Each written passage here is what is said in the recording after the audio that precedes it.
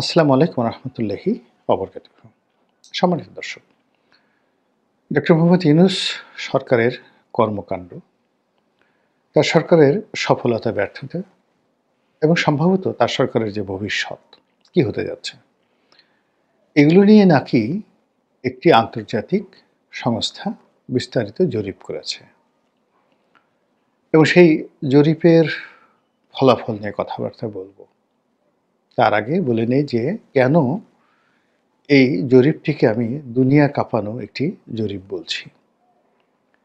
তো ডক্টর মোহাম্মদ ইউনূসের যে কার্যকাল যদি আপনি ধরেন আর মাত্র ১৫ দিন, অর্থাৎ নির্বাচনের তফসিল যদি ঘোষণা হয়ে যায়, তাহলে ডিসেম্বর মাসের ১৫ তারিখের মধ্যে যদি হয়, তাহলে তো ১৫ দিন মাত্র বা তারও কম। আর তফসিল ঘোষণা করার পর সরকার আসলে কার্যত কোনো সিদ্ধান্ত নিতে পারে না এবং তাকে ডে টু ডে কাজ করতে হয় এবং পুরো দেশের নিয়ন্ত্রণভার চলে যায় ইলেকশন কমিশনের হাতে। তো এই ১৫ দিন সরকারের হাতে মাত্র সময়। এই সময়টাতে একটার পর একটা প্রাকৃতিক, অতি প্রাকৃতিক, মানব সৃষ্ট বিভিন্ন ঘটনা ঘটে যাচ্ছে এবং আপনি একটির সঙ্গে অন্যটির কোনো সংযোগ পাবেন না। যেমন ধরুন, অলানে ছাড়েন বেগম খালেদা জিয়া এই সময় অসুস্থ হয়ে পড়লেন। তিনি হাসপাতালে আছেন জীবন মৃত্যুর সন্ধিক্ষণে এবং তার প্রাণবায়ু এখন কোন অবস্থাতে আছে ওটা নিয়ে সবাই উদ্বিগ্ন। সারা দেশ তার জন্য দোয়া করছে এবং তিনি এই মুহূর্তে যেখানে আছেন সেখানে তাকে লাইফ সাপোর্ট দিয়ে রাখতে হচ্ছে। কৃত্রিমভাবে শ্বাস প্রশ্বাস চালানোর জন্য যে ভেন্টিলেশন থাকে সেটি দিয়ে চালানো হচ্ছে। এর কারণ হলো যে তার শরীরের যে দুটো গুরুত্বপূর্ণ অঙ্গ, একটি হলো লিভার, যকৃত, যেটিকে আমরা কলিজা বলি। এটি সিরোসিসে আক্রান্ত, যেটাকে লিভার সিরোসিস, এটাকে আপনি লিভার ক্যান্সার হিসেবে বর্ণনা করতে পারেন। এটা যদি কারোর হয়, এই রোগ সহজে ভালো হয় না। যদি যুবক বয়সে, অল্প বয়সে হয়, অনেক সময় এই কলিজা কেটে ওখানে নতুন কলিজা লাগানো হয়, লিভার ফেলে নতুন লিভার বানানো হয়, যকৃত যেটার বাংলা নাম। কিন্তু বেগম জিয়ার যে অবস্থা, এই বয়সে আসলে এই ধরনের, যেটিকে লিভার ট্রান্সপ্লান্ট বলা হয়, তো ট্রান্সপ্ল্যান্ট, এটাকে প্রতিস্থাপন, এটা এই বয়সে এই শরীরের এই ধরনের অপারেশন সম্ভব নয়। তো যখন আপনার শরীরের মানে বুকের পাঁজরের একটি অংশে একদিকে থাকে লিভার আর অন্যদিকে থাকে ফুসফুস, তো এই ফুসফুসটি আমাদের শ্বাস প্রশ্বাসের জন্য প্রধানতম যন্ত্র, আর লিভার যেটা রক্ত সঞ্চালনটা করে, রক্ত পরিষ্কার করে অন্য সাইডে। তো যখন আপনার লিভারটা দুর্বল হয়ে যায়, তখন ফুসফুসটি সবচেয়ে বেশি ঝুঁকির মধ্যে থাকে। এই জন্য এই ধরনের রোগীকে জনগণের মধ্যে নিতে হয় না, যে কোনো জনসমাবেশ এড়াতে হয়। ঠান্ডা, গরম, এনিথিং, এই বিষয়গুলো মানে চরম ভাবাপন্ন সব কিছু বাদ দিয়ে তারা শীততাপ নিয়ন্ত্রিত একটা জায়গা, যেখানে ধুলোবালি নাই বললেই চলে, এরকম জায়গা হলো তাদের জন্য একটি উত্তম জায়গা, বাকি কয়দিন যদি বেঁচে থাকতে চায় সুন্দরভাবে। এখন এখানে যদি হঠাৎ করে এই ধরনের রোগী যাদের লিভার সিরোসিস রয়েছে, তারা যদি কোনো কারণে ইনফেকশন হয়ে যায় ফুসফুসে, তাহলে এই ধরনের রোগী সাধারণত বাঁচে না। কয়েকদিন আগে আমার একজন কেয়ারটেকার হঠাৎ করে এরকম অসুস্থ হয়ে গেল। ঢাকা মেডিকেলের আইসিইউতে প্রায় ১ মাস সে ছিল, তাকে এই ভেন্টিলেশন দিয়ে রাখতে হয়েছে। কিন্তু একেবারে বয়স অল্প, কত ৩৫ বছর হবে, কিন্তু তাকে কিন্তু আসলে বাঁচানো যায়নি। এই ঘটনাটা ঘটেছে জাস্ট আমার জীবনে এই দিন ১০ আগে। গত ১ মাস যাবৎ আমি তাকে নিয়ে ব্যস্ত ছিলাম, নিজের ছেলের মতোই তাকে স্নেহ করতাম, আমাকে বাবা ডাকতেন। আর অনেক দিন ধরে সে আমার সঙ্গে ছিল। তার স্ত্রী, তার দুটো কন্যা সন্তান, মানে সবাই আমার বাড়িতে থাকতো। আর হোল ফ্যামিলি জাস্ট দেখাশোনা করতো, বাড়ির কেয়ারটেকার, বাবুর্চি, পুরো কাজটা সে করতো। ফলে এই পরিবারটি যখন এইভাবে আক্রান্ত হলো, ওটা আমার জন্য একটা বিরাট বেদনার। এবং আমি এরপর থেকে এই লিভার সিরোসিস এবং অ্যাট দ্য সেম টাইম ফুসফুসের যে ইনফ্লেকশন, এই বিষয়টি সম্পর্কে অতিমাত্রায় সচেতন।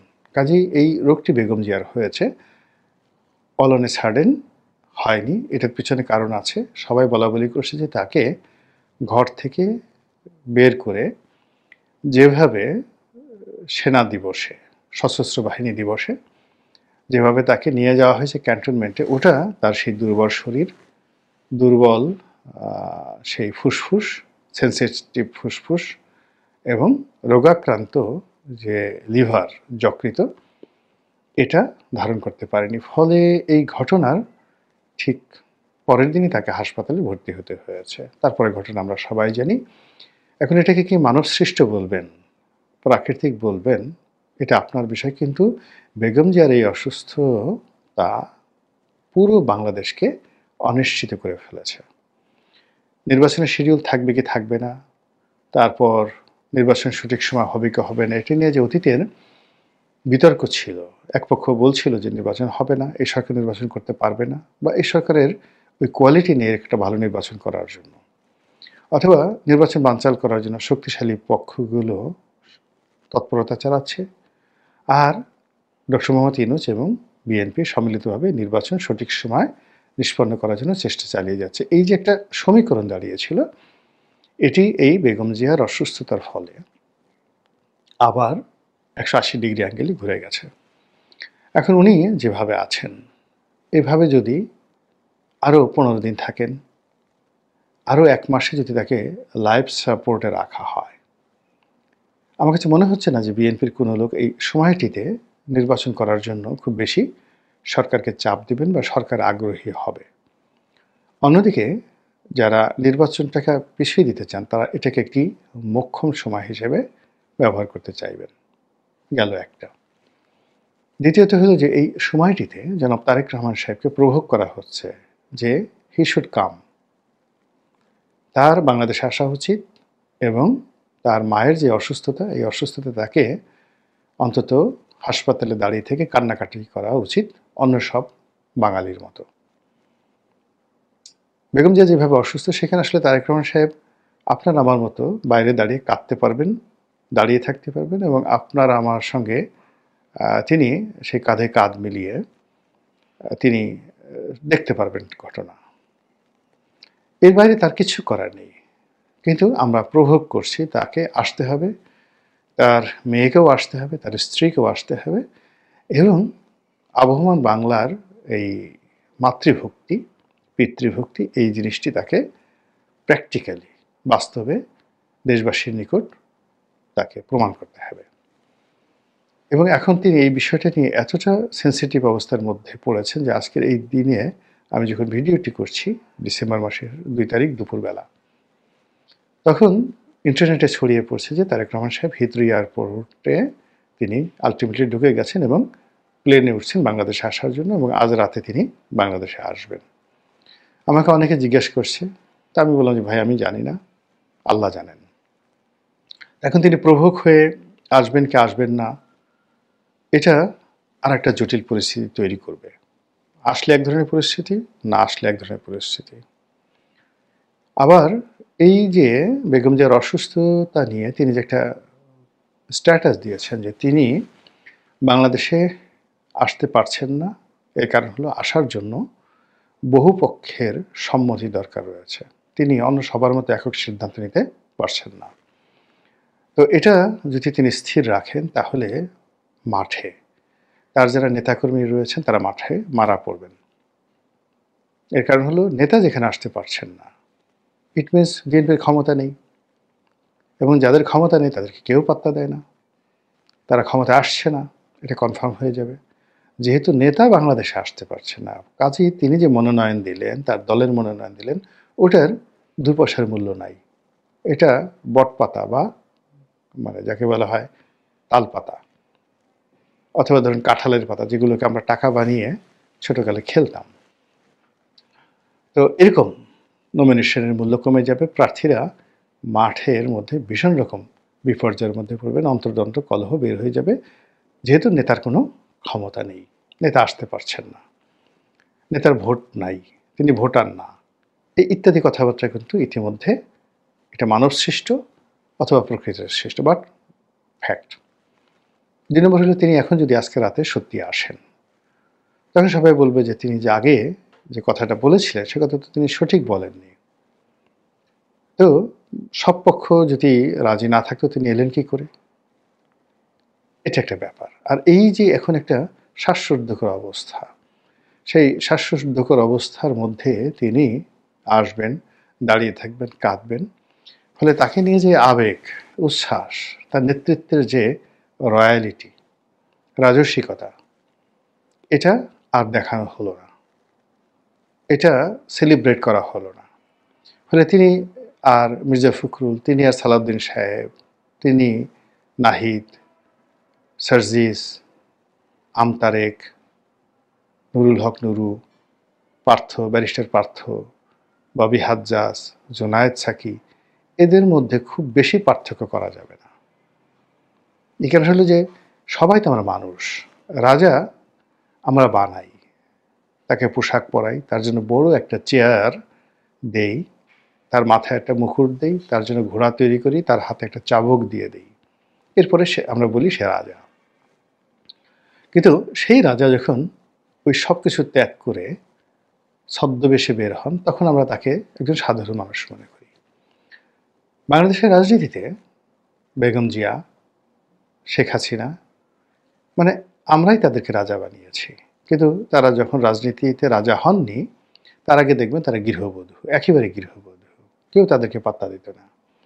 তারেক রহমান সাহেবের আগের ছবিগুলো দেখেন, জিয়া রহমান সাহেব মারা যাওয়ার পর তার ছবি দেখেন, কিংবা ৯১-তে হাওয়া ভবনের সময় তার ছবিগুলো দেখেন, he just like a ordinary man. এখন আমাদের দেশে তো অর্ডিনারি ম্যানকে কেউ রাজা মানে না, অর্ডিনারি ম্যানের কেউ কমান্ড মান্য করে না, এমনকি একজন অর্ডিনারি ম্যান খুব জ্ঞানী গুণী হলো তার কথা কেউ শুনতে চায় না। আপনার পদ থাকতে হবে, পোর্টফোলিও থাকতে হবে, মেকআপ গোটাপ থাকতে হবে, যেমন রবীন্দ্রনাথ, অত বড় দাড়ি না থাকলে আর চুল না থাকলে তাকে লোকজন রবীন্দ্রনাথ মনেই করতো না। নজরুল, তার যদি এরকম ঝাঁকড়া চুল না থাকতো তাহলে কেউ তাকে নজরুল মনে করতো না। This is the fact. মানে আপনাকে বুদ্ধিজীবী হতে হলেও আপনাকে ভং ধরতে হবে, ভং ছাড়া কখনো আপনি বুদ্ধিজীবী হতে পারবেন না। অনেকে দেখবেন দাঁত মাজে না, জটা মাথায় বিরাট জটা পরে, বিরাট জুব্বা পরে, অনেকে দাঁত মাজে না, তার সঙ্গে সঙ্গে আবার কেউ তো ন্যাংটা হয়ে থাকে। এটা হলো বিশেষত দেখানোর জন্য, ন্যাংটা ফকির, ন্যাংটা বাবা। তো রাজনীতিতে এরকম একটা হিম্যানশিপ করতে হয়। আর হার রয়্যাল হাইনেস, বেগম যে এখানে বিখ্যাত তার রয়্যাল হাইনেসের জন্য, তার অ্যাটিটিউডের জন্য। বাঘ আর শিয়ালের মধ্যে ডিফারেন্সটা কি? রয়্যাল অ্যাটিটিউড এবং একটা সোর্সের ভাবের জন্য। তো সেক্ষেত্রে তারেক রহমান সাহেবের যে নেতৃত্বের যে শাইনিং দিকগুলো আছে, এটাকে বিএনপি সেলিব্রেট করে যেভাবে তাকে বাংলাদেশে বরণ করে নিতে চাচ্ছিল, বহু সংখ্যক মানুষ উপস্থিত হবে এবং তাকে সিংহাসনে বসানো হবে, তার জন্য বিশেষ বাড়ি প্রস্তুত, just like a king, just like a future prime minister. ওটা এই মুহূর্তে এসে মানে একেবারে আমতারিখের পর্যায়ে নামিয়ে দেওয়া হলো, যদি তিনি আসেন। এটা সম্ভব না এই সময়টাতে, মানে এই ধরনের ফিউনারেল অনুষ্ঠানে, শোকের অনুষ্ঠানে আপনি আলাদা হতে পারবেন না। এবং আপনি দেখেন যে ভারতে রাহুল গান্ধী এভাবে খুব সাধারণ হতে চেয়েছিলেন, কিন্তু পারেননি। এখন তাকে আবার সং ধরতে হয়েছে, আবার তাকে অসাধারণ হতে হচ্ছে, তার বোনের সাহায্য নিতে হয়েছে। আমাদের এই যে ঢাকার নবাব পরিবারটা, নবাব খাজা সলিমুল্লাহর হাতে শেষ হয়ে গেল। কেন? নবাব খাজা সলিমুল্লাহর একমাত্র অপরাধ হলো তিনি হাজী মোহাম্মদ মহসিন হতে চেয়েছিলেন। তিনি সারাক্ষণ গরিব মানুষের সাথে চলতেন, নবাবী পোশাক আশাক পরতেন না, এই জন্য তার বাবা তাকে দুই চোখে দেখতে পারতেন না, এবং তিনি স্পষ্ট জানতেন যে এই ছেলের হাতেই আমার এই নবাব পরিবার ধ্বংস হয়ে যাবে, এবং তাই হয়েছিল। এরকম, যার জন্য আসলে নবাবের জন্য তলোয়ার লাগবে, পোশাক লাগবে, সিংহাসন লাগবে, ওইরকম লাগবে, কিন্তু নবাব খাজা, এই যে আমরা যে সলিমুল্লাহ বলি, তিনি দানবীর, সব কিছু দান করে গেছেন, আমরা খুব বলি ঠুলি, কিন্তু নবাব পরিবারটা কিন্তু শেষ করে গেছেন। এই হলো অবস্থা। তো সেই দিক থেকে এরকম যখন একটার পর একটা বিরূপ পরিস্থিতি চলছে, ঠিক তখন ডক্টর মোহাম্মদ ইউনূস সম্পর্কে একটি আন্তর্জাতিক জরিপ, সেই জরিপে বলা হচ্ছে তিনি এত জনপ্রিয় যে দেশের প্রায় 70% লোক, আপনি চিন্তা করুন, যেখানে ভোট পাবে বিএনপি যদি ব্রুট মেজরিটি পায় 35-36% আর 40%, তো সেখানে 70% লোক মনে করছে ডক্টর মোহাম্মদ ইউনূস যা করছেন ভালো কাজ করছেন, তার ব্যাপারে সন্তুষ্ট। এবং এই যে আগে যে ন্যারেটিভগুলো যে স্যার আরও 5 বছর থেকে যান, আরও 50 বছর থেকে যান, এই জরিপের ফলে যদি তিনি মোটামুটি এই বর্তমান যে সমস্যাগুলো বললাম এতক্ষণ দীর্ঘমেয়াদে, এই সমস্যার সুযোগে তার যদি মনে ইয়াদ আসে, তার ইচ্ছাশক্তি আসে, যে যেহেতু এত মানুষ চায়, 70% মানুষ, 18 কোটির মধ্যে যদি 70% মানুষ তার কল্যাণ চায়, তার ব্যাপারে সন্তুষ্ট থাকে, তাহলে এই যে মানুষের এত আকুতি, এগুলো বাদ দিয়ে তিনি যদি চলে যান, তাহলে গুনাহ হবে না বলেন? তো এইরকম যে তার মনোভাব, সেই মনোভাবটি এই জরিপের সঙ্গে যদি কাজ করে, তাহলে বাংলাদেশে একটা এইরকম ইতিহাস তৈরি হবে, যে ইতিহাসে বাংলাদেশের সঙ্গে যারা সম্পৃক্ত সারা দুনিয়াতে কম্পন শুরু হয়ে যাবে। আর এজন্যই আমি বলছি, দুনিয়া কাঁপানো তদন্ত রিপোর্ট, সরি, দুনিয়া কাঁপানো জরিপ জরিপ বা প্রতিবেদন। মহান আল্লাহ আমাদের সবাইকে হেদায়েত দান করুন এবং হেফাজত করুন। আসসালামু আলাইকুম ওয়া রাহমাতুল্লাহি ওয়া বারাকাতুহু।